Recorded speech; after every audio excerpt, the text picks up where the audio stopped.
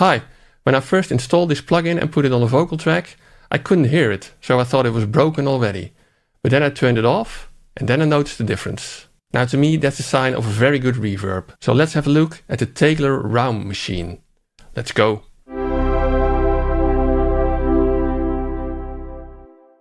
Now I have to say right away, before you only watch part of this video and then move on to other ones, make sure to stick around to the end because there's a little catch to this plugin that you may want to know if you're thinking of buying it. Let's now check out the website.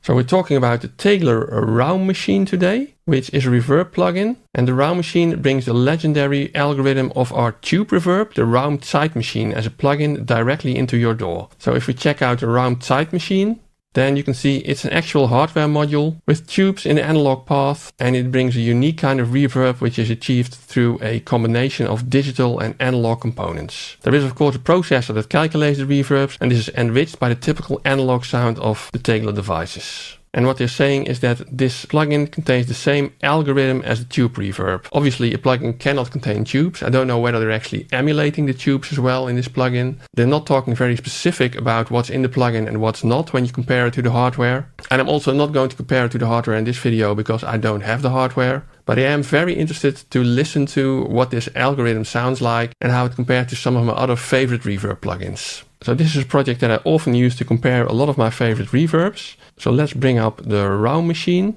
and let's have a quick first listen and look at the controls that it contains.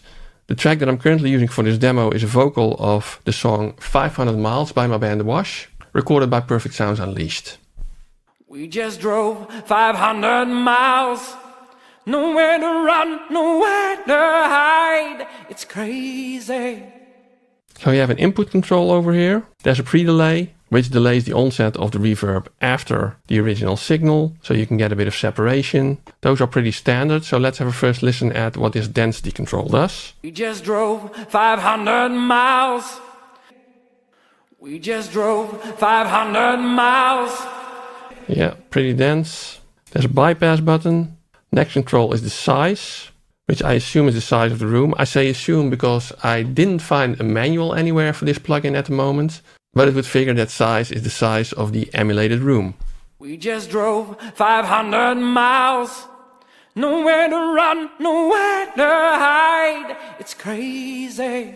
Yeah, and it does seem to resemble size. Decay, which is the time that the reverb falls below a certain level. We just drove 500 miles, nowhere to run, nowhere to hide. It goes on forever. The mix knob, and because I'm currently using it as a send, it's set to 10, and an output level knob. There's also a power button, which doesn't seem to do anything at the moment. Now there's also a right click menu on the plugin, where you can set the size of the plugin. I had it to medium. You can search for an update, which at the moment I don't think it does anything. At least it doesn't give any feedback. Maybe if there's no feedback, there is no update. There's an about box showing that I'm currently running the 10006 version. And you can go to the website, to the page that I just started the video with. Now if you click on this little cogwheel over here, you get a preset management system where they have lots of presets from rooms in Berlin apparently. Kreuzberg, Reichstag, Teufelsberg, U-Bahn, which is a subway. They have specific drum presets, guitar presets, stuff on the main mix. And since we're on a vocal, let's try out some of these vocal presets here. We just drove 500 miles. Nowhere to run, nowhere to hide. It's crazy. We just drove 500 miles. Nowhere to run, nowhere to hide. It's crazy. Deep vocal. We just drove 500 miles. Nowhere to run. Vocal hole maybe. We just drove 500 miles. Nowhere to run, nowhere to hide. Now let's try some of the more esoteric Berlin rooms. We just drove 500 miles. Nowhere to run, nowhere to hide. We just drove 500 miles. Nowhere to run, nowhere to hide. What does a subway sound like? We just drove 500 miles. Nowhere to run, nowhere to hide. It's crazy. But let's now compare it on a vocal to two of my other favorite plugins for vocal reverb, the Eventide SP2016 and the Quantum Evolution. So let's start with the Eventide. We just drove 500 miles. Nowhere to run, nowhere to hide. It's crazy. We just drove 500 miles. Nowhere to run, nowhere to hide. It's crazy. We just drove 500 miles. Nowhere to run, nowhere to hide. It's crazy. So what do you think? Are these comparable? I'll give my conclusion at the end. Let's now have a look at the performance.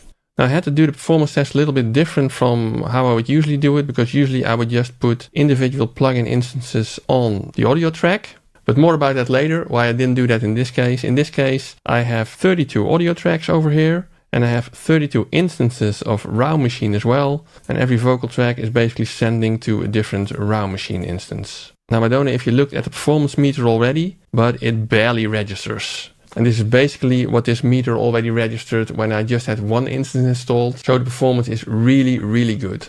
I don't think I have any other reverb plugin which registers this low in performance. So that's definitely great job. Now going from that great job to what is a bit of an elephant in the room at the moment, because there are definitely some things with this plugin that can stand to be improved. The first thing that I ran into is when I installed the plugin. It seems that the installer program has not been certified for Windows. Because I got a warning on first running the installer, don't run this plugin, Windows Defender said, because we're not sure it's safe. So I had to override that to still be able to install this plugin. And I think it's because it has just not been properly certified for Windows installation. Second thing when I noticed is when I put this plugin on the insert of an audio track directly, so not on a send effects track, but directly on an audio track, Cubase quits. Without any warning, it just vanishes. Now I've never had that before with this version of Cubase, so I assume it's because of this plugin that I put on an audio track. And that's also why I couldn't do my performance measurements in the way I usually do it. So the plugin currently only seems to be working correctly when you put it on an effects track and use it as a send effect.